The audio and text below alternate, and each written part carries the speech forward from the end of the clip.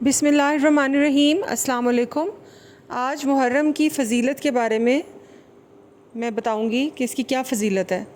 یوں تو سال کے 12 مہینے اور ہر مہینے کے 30 دن اللہ تعالیٰ کے پیدا کیے ہوئے ہیں، لیکن اللہ جل شانہ نے اپنے فضل و کرم سے پورے سال کے بعض ایام کو خصوصی فضیلت عطا فرمائی ہے اور ان ایام میں کچھ خاص احکام مقرر فرمائے ہیں۔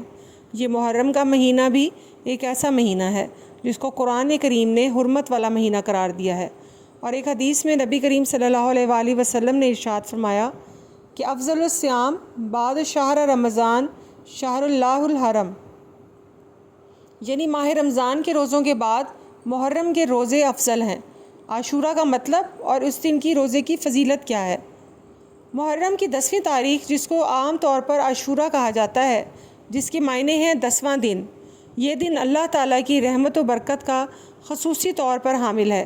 جب تک رمضان کے روزے فرض نہیں ہوئے تھے، اس وقت تک عاشورہ کا روزہ رکھنا مسلمانوں پر فرض قرار دیا گیا تھا۔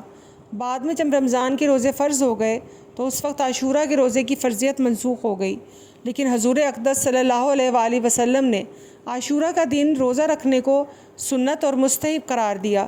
ایک حدیث میں حضور اقدس صلی اللہ علیہ وآلہ وسلم نے یہ ارشاد فرمایا کہ مجھے اللہ جل شانہ کی رحمت سے یہ امید ہے کہ جو شخص عاشورہ کے دن روزہ رکھے تو اس کے پچھلے 1 سال کے گناہوں کا کفارہ ہو جائے گا۔ عاشورہ کے روزے کی اتنی بڑی فضیلت آپ صلی اللہ علیہ وآلہ وسلم نے بیان فرمائی تھی۔